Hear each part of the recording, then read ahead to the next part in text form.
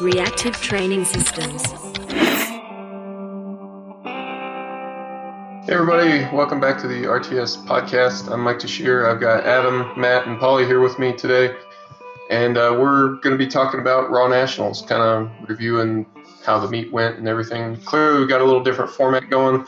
We've got the old webcams hooked up, and so hopefully this is a little bit more entertaining for people to watch. I know it's nice to see the other smiling faces while we're chatting together, but yeah. So that's us. That's where we're at. So let's talk about Raw Nationals.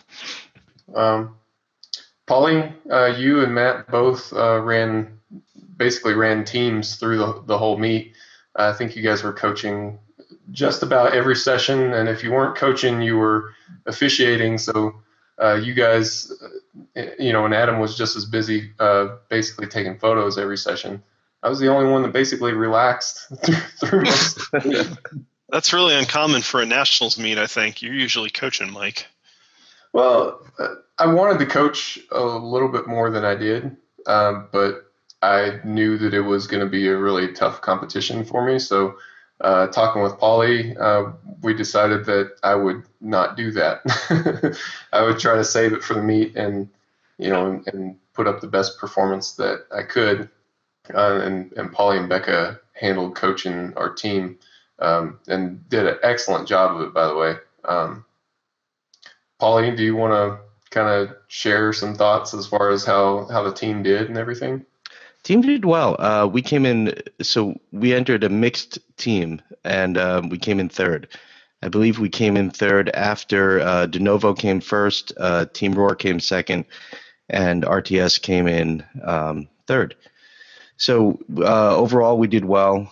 All the lifters did well. We had a number of our lifters qualify for, and I don't have all the immediate stats in front of me, but we had a number of lifters qualify for the Arnold. They hit their goals. I believe everybody that was on our team kind of hit their personal goals, and obviously they helped contribute to the honor and glory of Team RTS.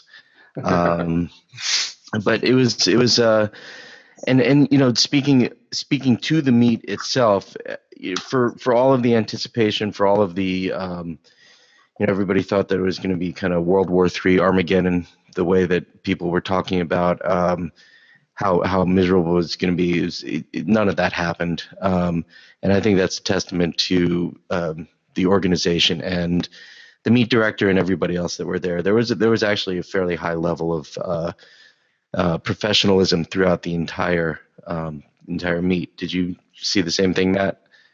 Yeah, absolutely. I thought, I agree with everything you said. To have that many people, competing for one weekend, obviously there's going to be some minor hiccups along the way, but I thought everything was really fluid and pretty seamless for the most part. And I have virtually no complaints. I think it was a huge win for powerlifting and a huge win for the USAPL to have that many people competing. It was a good time all around.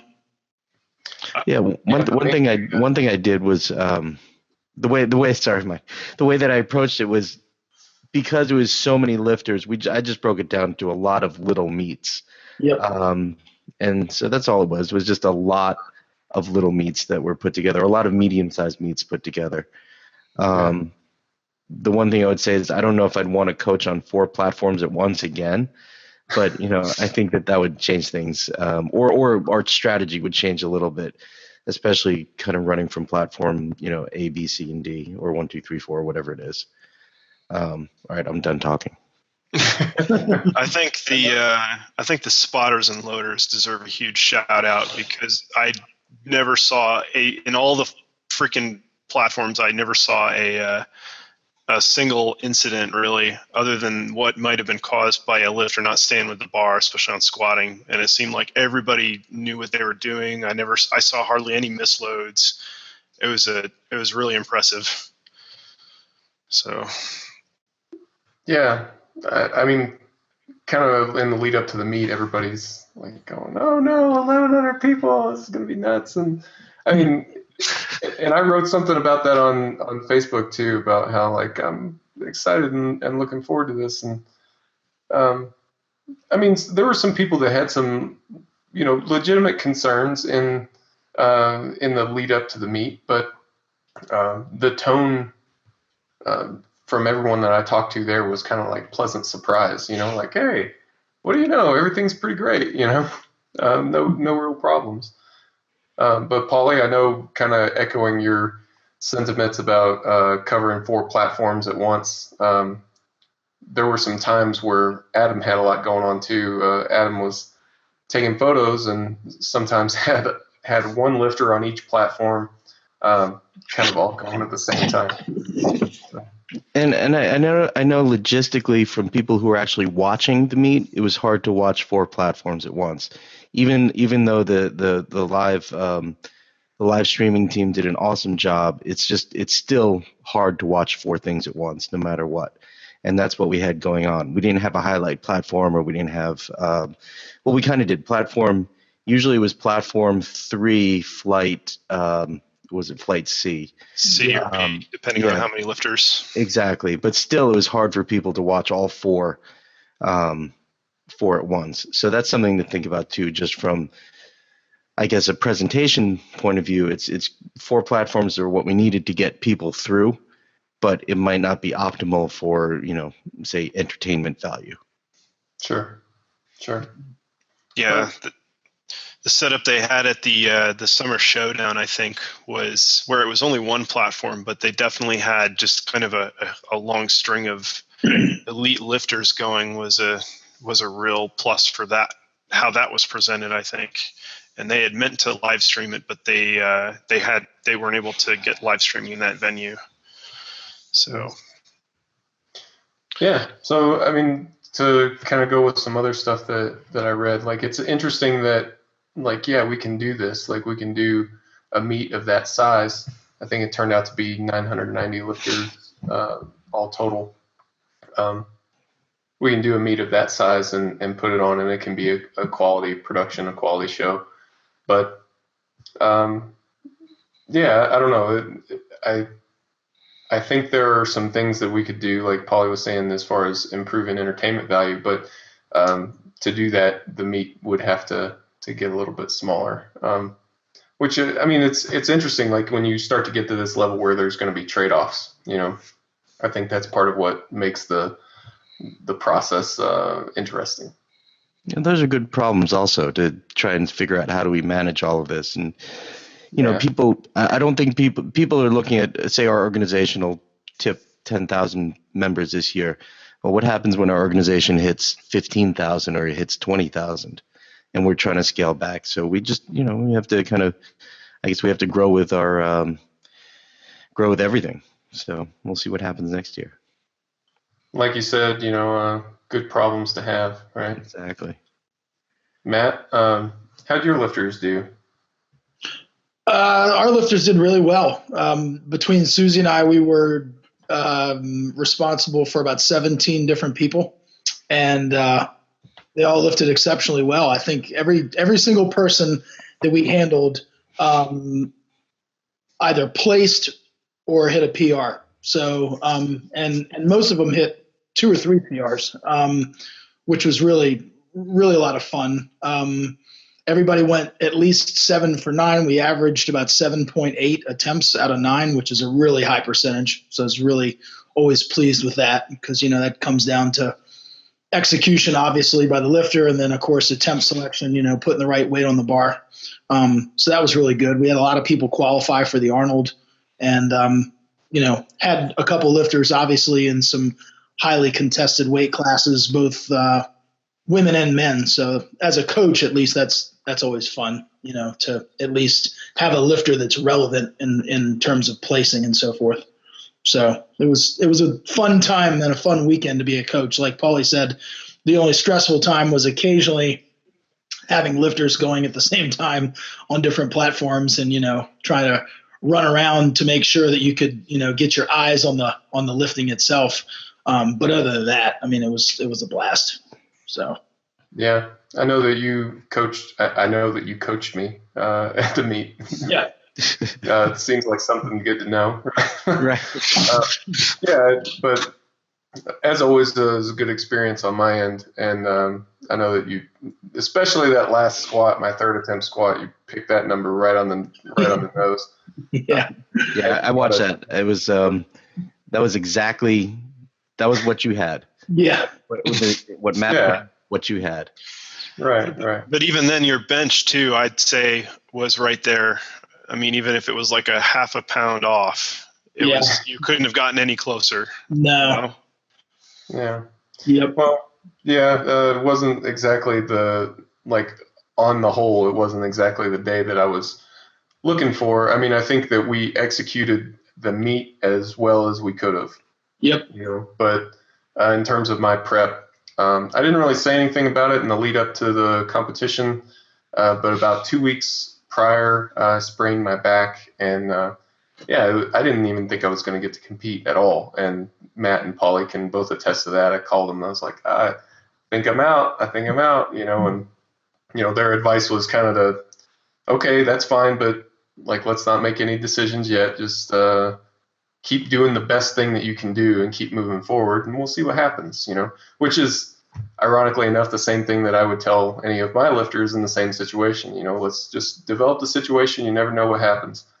And at least I was able to compete. I was able to I feel bad about complaining about a third place at nationals, especially in a weight class that was as tough as that weight class was. 120s was ridiculous this year. Dennis Cornelius won the class, totaled 2.5 kilos over the world record total. So, yeah, I mean, you got to come in firing on all cylinders if you're going to have a chance. Sprain back, probably. You should be happy that you can just show up and lift some weights and lift what I could on that day. But still kind of not a great feeling after that meet. But I think those are just feelings, whatever. You come back and on Monday you start doing the next best thing that you can do for the next competition, which for me is going to be the Arnold. I think there's a big takeaway here that people are going to see that you actually have feelings. Yeah. The cat's out of the bag. Mike T has feelings. But he got pretty fired up on that last deadlift. I was surprised. I've never seen that before. I'd try to let it loose a little bit for the deadlift. That's like the one lift where I can. All the others, not so much. Yeah. I notice, especially for squats, you come out and you're amped up anyway, and for me, if I put anything extra on top of that, it's just too much, So actually, I'm trying to dial it back a little bit, especially for the first 1 or 2 squats, just to get into the rhythm of the meet and try to make everything as much as it is, as close to a training scenario as it can be. Practice the way you're going to fight, What's that? Practice the way you're going to fight. Yeah, sure. And I mean, we do that in training, and it should be kind of a no-brainer anyway, right? So an opening lift is something that you can do, sick, tired, no matter what, so you don't need to come out with, a ton of aggression on your opening squat, Yeah. Now your third squat, it's okay to let the reins out a little bit for that one too, and it depends a lot on the lifter, where that optimal point in the arousal curve is. You got to be amped up enough, but not too much, so it's a bit of a process to kind of find that sweet spot. I know for me, it tends to be a little bit more on the reserve side compared to what a lot of people expect, I think, except for maybe the deadlift. So what's next for Mike T then? Next for me is the Arnold. No, I mean, in terms of training and what's that? What's next in terms of training? Yeah, so that's actually a cool question, I think. So for me, and basically all the lifters that we had on our team at this meet, we're taking a 3-week restoration block where we're getting away from competition lifts a little bit, reducing volume on a lot of things, so we've got three main goals. One's to improve our volume sensitivity, just our regular sensitivity to workload, heal up any injuries that we might have, and improve our durability. Normal training can beat you up quite a bit. So we're trying to take this time and do some stuff that we don't always get to do, train some alternative movement patterns and stuff like that, with the hope that we can help prevent some injuries like the one that I had in the lead up to this meet. All this stuff was in the works long before I got hurt, but I do think it's interesting that, I don't know. It's hard to say if it was preventable or, what it would have taken to prevent, any injury. And then what's even harder to say is how many injuries did you already prevent through the things that you're doing anyway. So, it's not an easy puzzle to figure out, but I don't know. That's part of the fun. Yeah, it is. It's hard to look back to. It's hard to look back and say, hey, this was what could have been. So we just got to look forward and keep making it the best we can. So you've got a full docket next year, don't you? You've got Arnold's. You're thinking about NAPFs. Yeah. I'm hoping to go to the NAPFs. We'll see kind of how that all plays out, but I'm definitely interested in going. It'll be a little bit of a different year for me, kind of not the Nationals, Arnold's, World Circuit that we've been doing for the last several years. So it'll be fine. We're going to lift some weights, hopefully lift some heavy weights, and see what happens. In the meantime, like you said, Paulie, we've got 7 or 8 people from our team that qualified to go to the Arnold. Yeah, exactly. Which is pretty exciting. So. Yeah, it'll be fun. We'll see how many people actually can get in. There's so many people that qualified, and there's 70 spots available. So, we'll see. How fast can you click that button? Yeah, exactly. Yeah, and it's getting to the point where everybody knows that that's what they've got to do now. They know to be ready the night before and all this.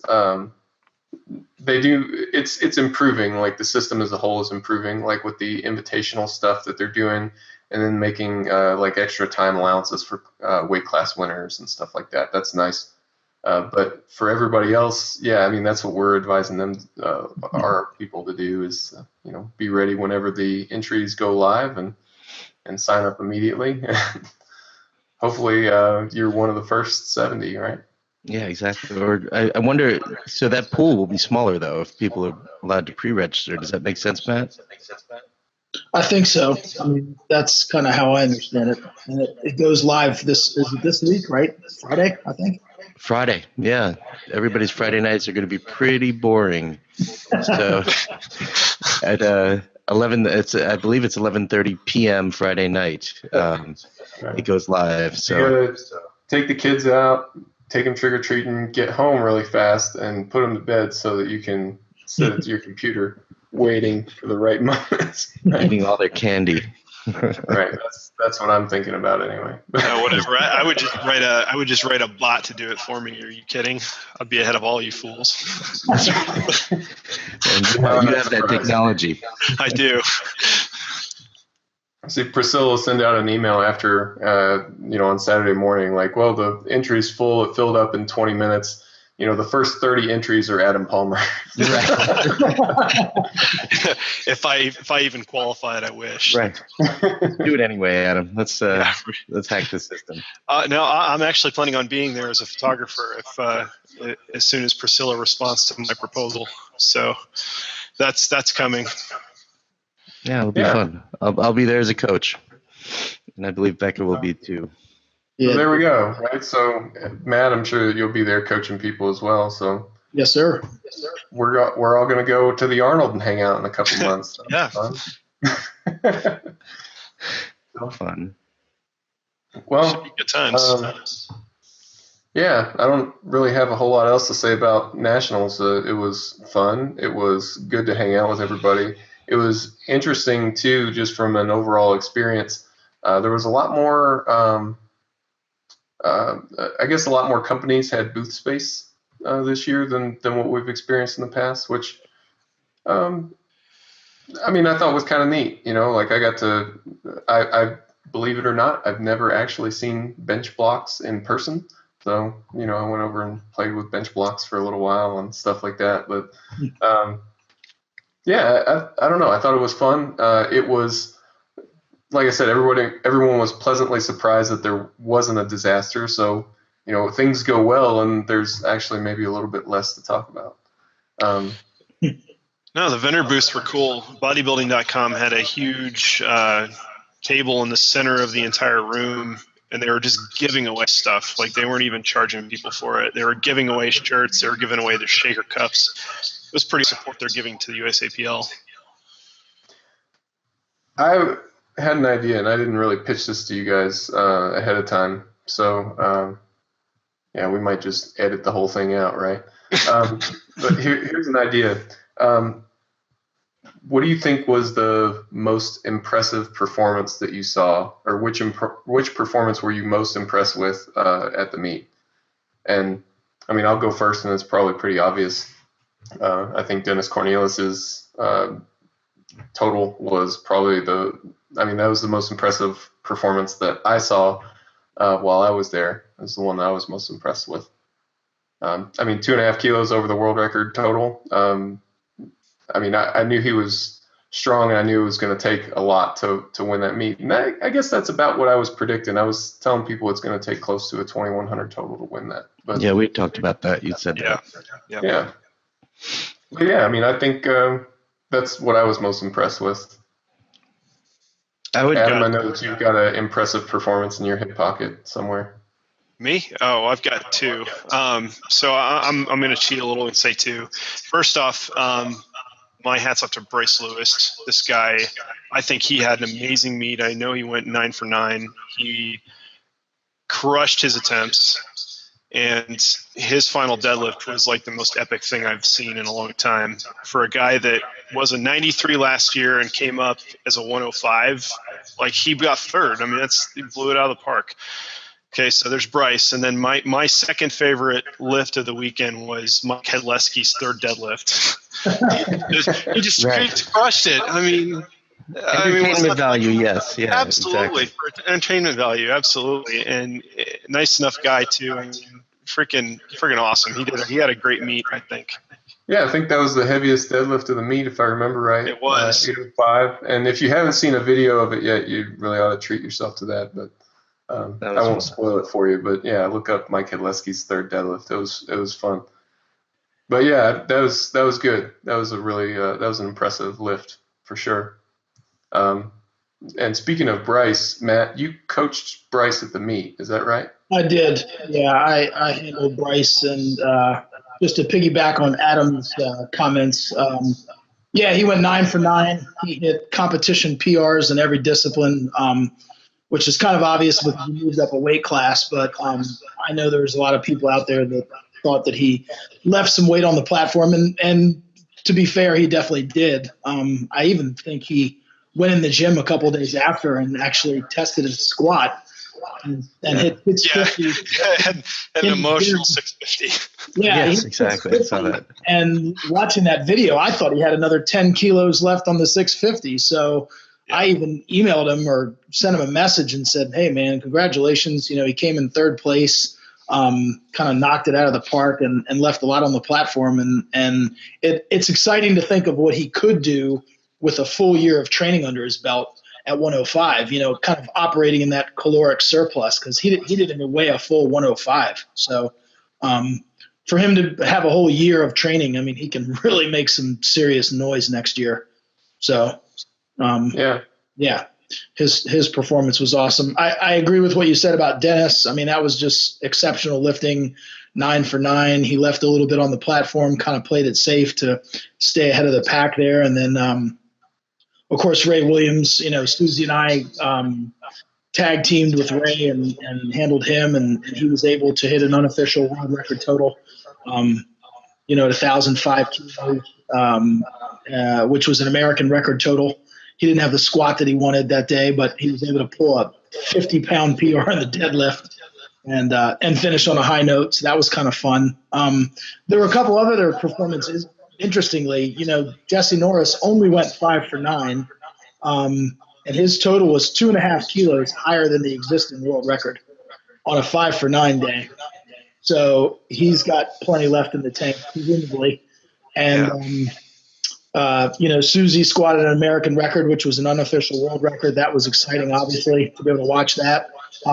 Hats off to Marisa Inda. She lifted really well. She had an American record in the deadlift and the total, so that was cool to watch.